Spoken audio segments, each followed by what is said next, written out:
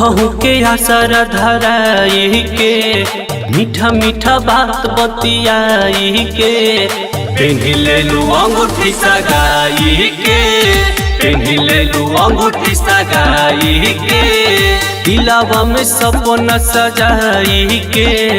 जियते जी हम के मुआई के पेन्ही लेलू अंगूठी सगाई के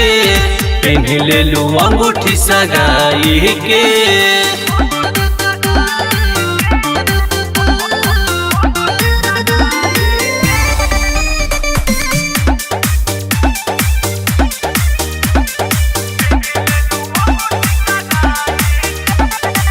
कैसे जिहब अब बोल हे रानी तुर देलू दिल तू तो कके मन माने कैसे जिहब अब बोल हे रानी तुर देलू दिल तू तो कके मन माने प्यार के पहाड़ा पढ़ाई के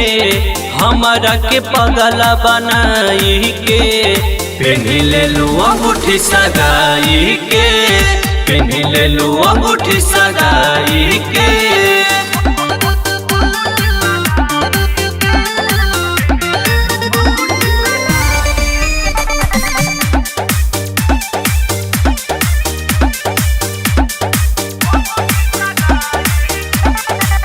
जिए मरे के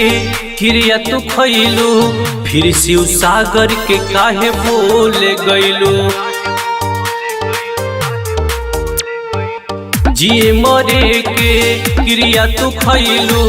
फिर शिव सागर के काहे भूल गईलू राहुल के करे जा तू काई के मान लेलू बात बाबू माई के पेन्ही लेलू अंगूठी सगाई के